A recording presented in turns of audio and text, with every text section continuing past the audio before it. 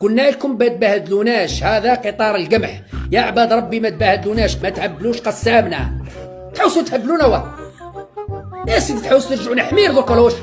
هذا يسموه قطار القمح، هذا يسموه قطار القمح والشعير، ما تمسخروش بينا. هذا قطار القمح اللي راه وصل. ها هو وين قطار القمح.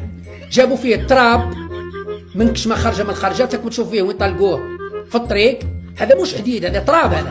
هذا راكم جبتوا القرافي تراب، جبتوه مش عارف منين، كفحتوه في الطريق. شو ديك الخدمه تاع المنكر. جايبين فاقوات يرموه وين؟ شوفوا وين رموه في الدخله تاع وهرن في الخلا. ومن بعد واش يديروا له؟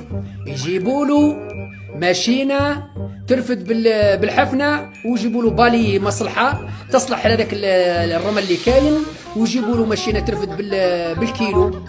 يعني هذا تحطه في الكوامون يروحوا للمصنع عند توسيالي.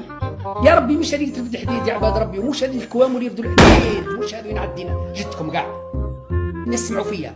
يا ربكم الكوامون تاع الحديد راهم حاجه اخرى يرفدوا الحديد. الكوامون تاع رب الحديد راهم حاجه اخرى، نوعيه اخرى. استغفر الله ربي، قد الحملاوي هذا راه ما يرفدش حتى 10 قناطر. ما تهبلوناش. جيب لي ماشينه هكذا تاع مخرف تاع طعام، شغل راك راح ترفد اللي فيه مخرف تاع طعام ولا تاع بركوك الشخشوقه، تحطها فوق الكاميو ومن بعد كديروا قداه نقعدوا باش توصلوا لنا الحديد. هذا